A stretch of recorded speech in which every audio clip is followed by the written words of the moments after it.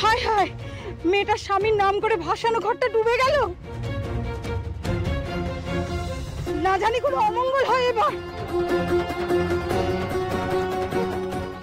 কি সর্বনাশ হলো ভৈরবী মা, এবার কি হবে? কিচ্ছু হবে না করালি, মনে সাহস রাখ মা। কাল হাত থেকে সিঁদুরের কৌটো পড়ে গেল, আজ স্বামীর মঙ্গল কামনায় ভাসানো ঘর ডুবে গেল। কেন এমন হচ্ছে ভৈরবী মা? আমার স্বামী কি তবে কোনো বিপদ হলো? কি লোকনাথ, কল দিদির স্বামীর কি কোনো বিপদ হবে রে? জানি না রে বেনি, মায়ের সব ইঙ্গিত দেখে নিশ্চয়ই কয়েল দিদিকে কিছু বোঝাতে চাইছেন।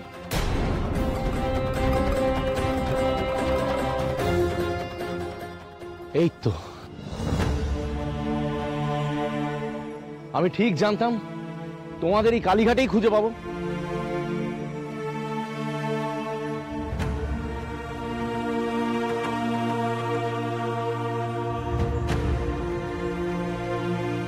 জমিদার মশাই, আপনি? হ্যাঁ গুরুদেব, আমার ঘরের লক্ষ্মী করালির খোঁজে আমি এখানে এসেছি।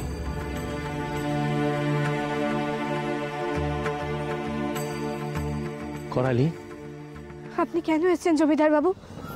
ওনার কি কোনো বিপদ হয়েছে? উনি ভালো আছেন তো? দয়া করে বলুন না আপনার ভাই সুস্থ আছে কিনা।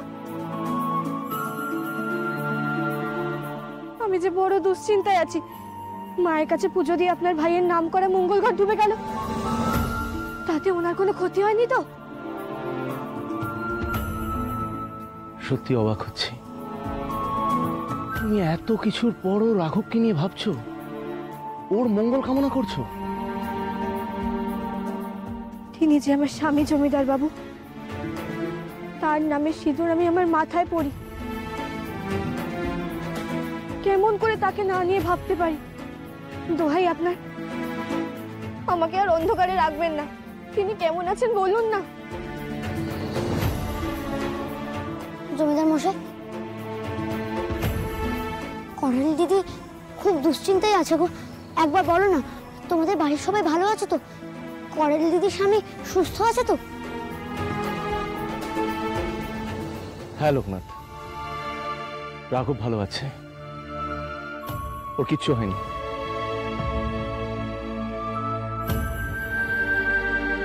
তবে তুমি একটা কথা জানো না করালি,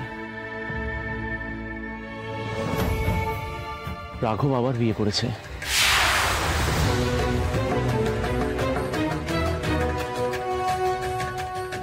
রাঘব পদ্মকে বিয়ে করেছে। উনি বিয়ে করে ভালোই করেছেন জমিদার বাবু। আমি তো ওনাকে আমার প্রতি সব কর্তব্য পালনের দায় থেকে মুক্তি দিয়েই এসেছিলাম। সেই জন্যই আমি তোমার কাছে ক্ষমা চাইতে এলাম করালি। না না চিচি, ও কথা বলবেন না জমিদার বাবু। আমি সামান্য মেয়ে, আপনার ভাইয়ের পাশে আমাকে মানায় না। এ আমার পোড়া কপাল যে উনি আমাকে কোনোদিনই স্ত্রী হিসেবে মেনে নেননি। কিন্তু উনি তো ধর্ম তো আমার স্বামী জমিদার বাবু, ওনার সুখই আমার সুখ। উনি যদি বিয়ে করে সুখী হন তবে তাই হোক না। আমি না হয় দূর থেকে ওনার মঙ্গল কামনা করব, ওনার সুখের জন্য প্রার্থনা করব। কিন্তু আমার ভাইয়ের প্রাণ বাঁচানোর জন্য তুমি এই বিবাহে রাজি হয়েছিলে, সে কথা যদি আজ এসে আমি অস্বীকার করি তাহলে তো আমি মহাপাতকী হব। তাই এই সতী বেহুলার পবিত্র ঘাটে দাঁড়িয়ে আমি রাঘবের হয়ে তোমার কাছে ক্ষমা চাইছি। কিন্তু ভাই, ওনার কুশল সংবাদ পেয়েও আমার মন এত অস্থির লাগছে কেন বলতো? কেন এত কু গাইছে মন? মন শান্ত করো করালি দিদি, হয়তো তোমার কোনো পরীক্ষা আসন্ন। মা হয়তো তোমার পরীক্ষা নিতে চাইছেন। পরীক্ষা? করালিকে মা আবার কিসের পরীক্ষা নেবেন? আর আমি সেই পরীক্ষায় উত্তীর্ণ হব কি করে ভাই? সে কথা মা নিজেই ইঙ্গিত দেবেন। আমাদের যে এখন অপেক্ষা করা ছাড়া আর মায়ের প্রার্থনা করা ছাড়া কোনো পথ নেই। কিন্তু আমি এমন কি অপরাধ করেছি যে মা এইভাবে আমার পরীক্ষা নিতে চাইছেন? মা কি অপরাধের শাস্তি হিসেবে পরীক্ষা নেন? না গো, তিনি পরীক্ষা নেন নিজের সন্তানের ক্ষমতাটা যাচাই করার জন্য। মা দেখতে চান তার সন্তানরা কেমন নির্ভয়ে ভক্তি নিয়ে অবিচল চিত্তে আসন্ন বিপদকে জয়লাভ করতে পারে। মা নিজেই যেমন কখনো স্নেহময়ী, আবার প্রয়োজনে শক্তিময়ী, তেমনি করে যে নিজের সন্তানকেও গড়ে পিঠে তুলতে চান করালি দিদি। তাই তো, এভাবে তো কোনোদিন ভেবে দেখিনি লোকনাথ। আমরা সবাই মায়ের সন্তান, মা তো চাইবেনি তার মতো করে তার সন্তানকে গড়ে তুলতে। দেখো না, আমি সবসময় মাকে পরীক্ষা দিই। আমার তো মাকে আর কিছু দেওয়ার নেই, তাই আমি মাকে পরীক্ষাই দিই। একটা কথা বলি করালি, তোর মনের এই কুডাক দূর করার জন্যে বেহুলা মায়ের পুজো দে, তাহলে তো সিঁথি সিঁদুর অক্ষয় হবে। করালিকে যত দেখছি আমি অবাক হয়ে যাচ্ছি। সত্যি রাঘব ওর মূল্য বুঝলো না। সত্যি ও যে রাঘবকে নিজের প্রাণের থেকেও বেশি ভালোবাসে।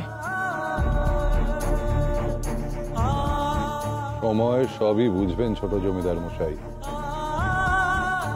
মাই তাকে ঠিক পথ দেখাবেন। আয়,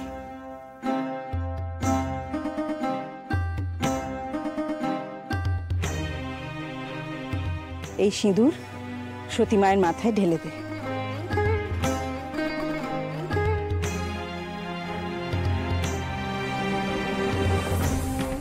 আমার স্বামীর মঙ্গল করো মাগো, আমার স্মৃতির সিঁদুর তুমি অক্ষয় করো। এইবার সতী মায়ের মাথা থেকে সিঁদুর নিয়ে নিজের মাথায় পর, আর মায়ের কাছে আশীর্বাদ চা।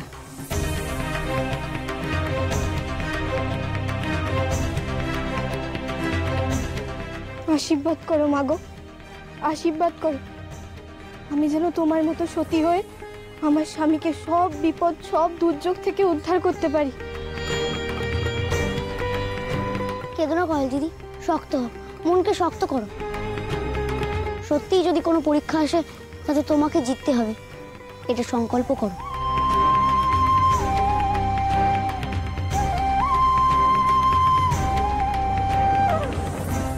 এবার যে সবাইকে মন্দিরে ফিরতে হবে লোকনাথ। হ্যাঁ গুরুদেব, মন্দিরে ফিরে তো মাকে পুজো দিতে হবে। বাবা ঠাকুর, সন্ধেবেলা তোমরা আসবে তো? আমাদের পালা আছে গো। নিশ্চয়ই যাবো গো, মায়ের পুজো সেরেই আমরা এখানে ফিরে আসবো। জমিদার মশাই, তুমিও আমাদের সঙ্গে চলো, মায়ের পুজো দেখবে। আর আপনার সঙ্গে আমার আলাপ পরিচয়টাও মায়ের মন্দির প্রাঙ্গণেই সারা হয়ে যাবে। আমি রাজা কৃষ্ণচন্দ্র। বেশ, চলুন মহারাজ। যা লোকনাথ, ঘাট থেকে কলসি করে জল নিয়ে আয় মা কালীর পুজোর জন্য। যা।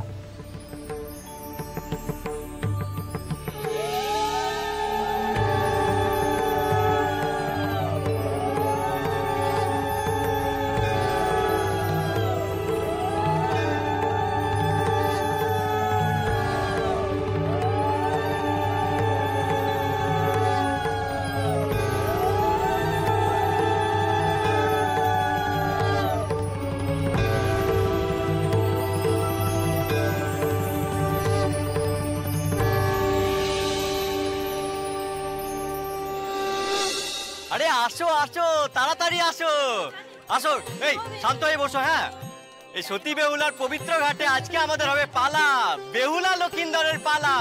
আরে এত গোলযোগ কিসের? বসো, শান্ত হয়ে বসো। লোকটা তাড়াতাড়ি বাঁচা না, যাত্রাপালা তো শুরু হয়ে যাবে। আমরা ছোট মানুষ, সামনে বসে যাত্রাপালা কি করে দেখবো?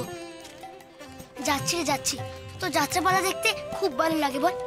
মনে আছে তুই যখন আমার থেকে পালিয়ে বেড়াচ্ছিলি, এমন পালার মধ্যে থেকে তোকে আমি খুঁজে পেয়েছিলাম। 1 2 করে 40 50 60 160 পরে মাগো দেব 108 160 পরে মাগো দেব 108।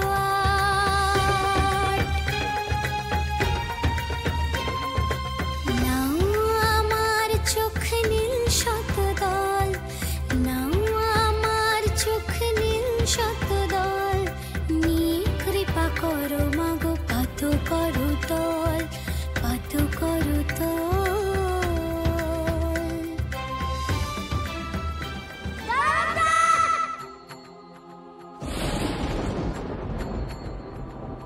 নিজেরা এত বড় সর্বনাশ করিস না লোকনাথ।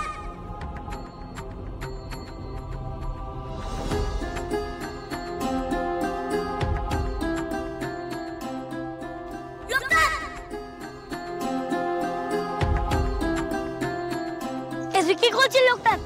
কি করছিস? গায়ে যদি আগুন লেগে যেত। পেনি, এসেছিস ভাই?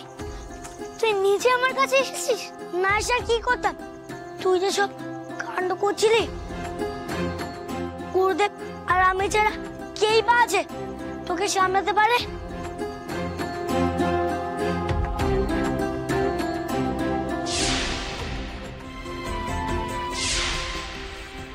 পেনি, তুই আমাকে ছেড়ে কখনো যাস না রে।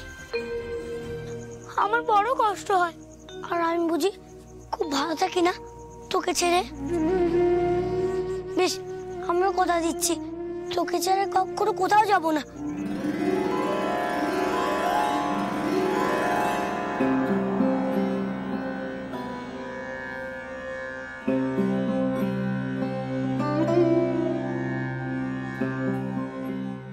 বেনি,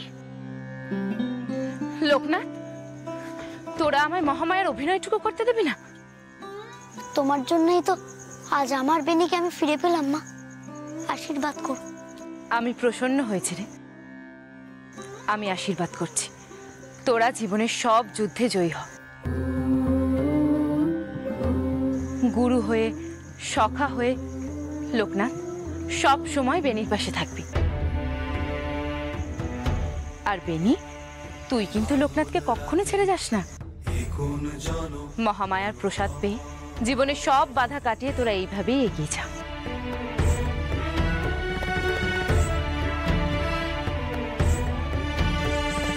পাগল রাতে কোন জনম মনোহর, একই দেহে অপার শোভা কোন হরিহর।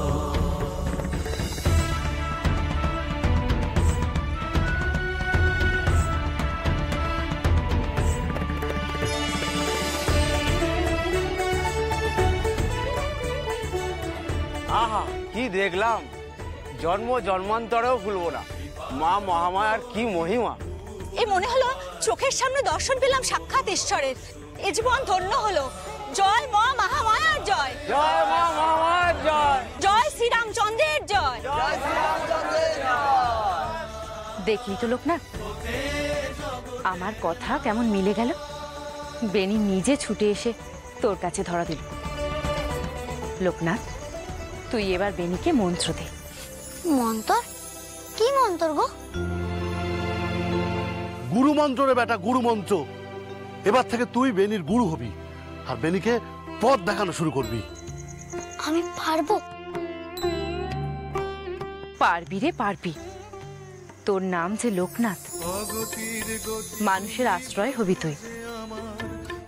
অগতির গতি, অনাথের নাথ, দুর্বলের বল হবি তুই, বুঝলি? বেনিকে মন্ত্র দিয়ে তোর পথ চলা শুরু হোক লোকনাথ।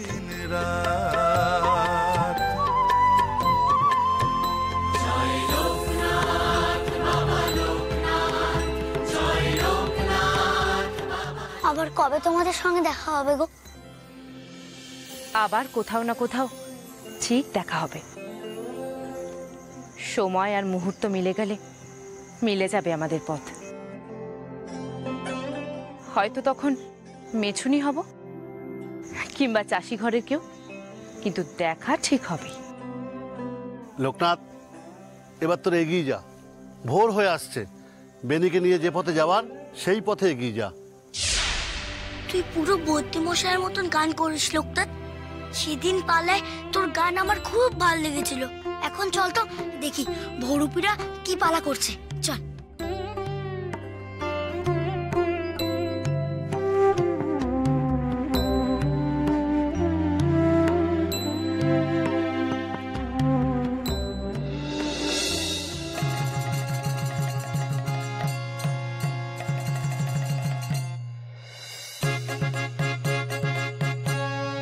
শোনো শোনো সুধীজন, শোনো দিয়া মন,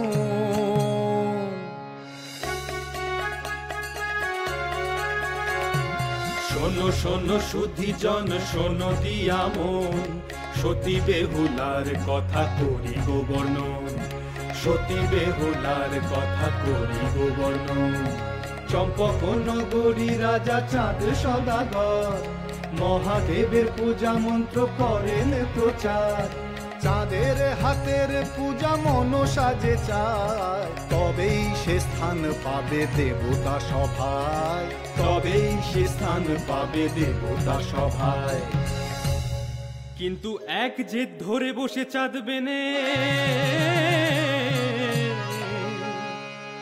শিব ছাড়া কাউকে সে ঠাই দেয় না মনে, শিব ছাড়া কাউকে সে ঠাই দেয় না মনে, ঠাই দেয় না মনে।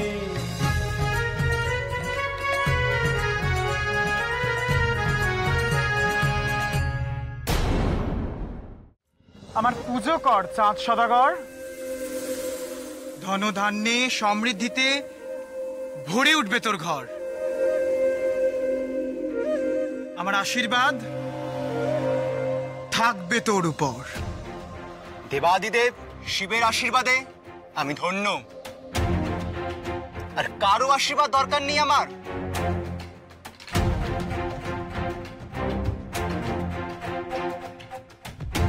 যে হাতে পুজি আমি দেব সুলোপানি, সে হাতে কেমনে পুজি এ চ্যাং মুড়ি কানি।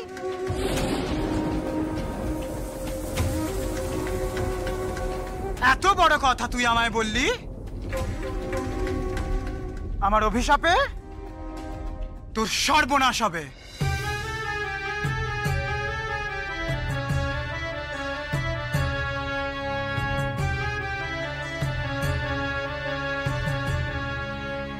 ভয় থরো থরো কাঁপে চাঁদের গৃহিণী, লুকিয়ে সে পুজো করে মনসার ঘটানি।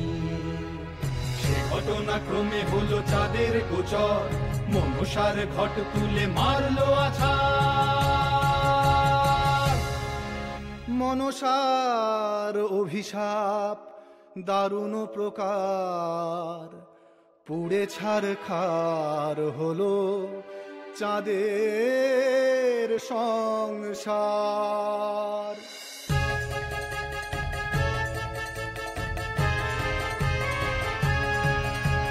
বাণিজ্যের সপ্ত ডিঙা ডুবে গেল জলে, চাঁদের ছয় ছেলে মরলো অকালে, চাঁদের ছয় ছেলে মরলো অকালে।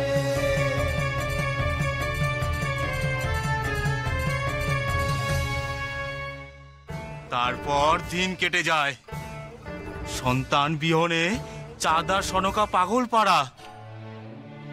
এমন সময় জন্ম নিল লক্ষিন্দর, চাঁদ আর সনকা সপ্তম সন্তান। তাকে বুকে আগলে বড় করলো দুজন। লক্ষিন্দরের বিয়ের বয়স হতেই সাহেবেনে কন্যা বেহুলার সাথে বিয়ের ঠিক করলো চাঁদ সদাগর। আবারও উপস্থিত হলেন দেবী মনসা। এখনো সময় আছে বলছি চাঁদ বেনে। পুজো কর আমার, নইলে আমার অভিশাপে এ সন্তানে মরবে। আমি মহাদেবের একনিষ্ঠ উপাসক, আমায় ভয় দেখিয়ে কিচ্ছু করতে পারবে না।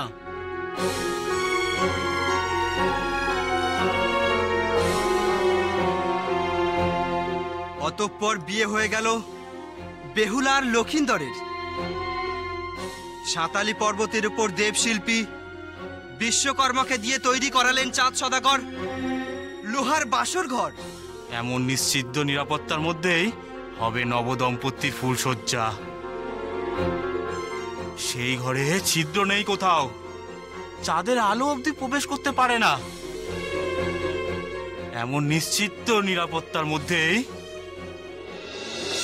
কিন্তু কে খণ্ডাবে বলো বিধাতার লিখন, এত পাহারার পরে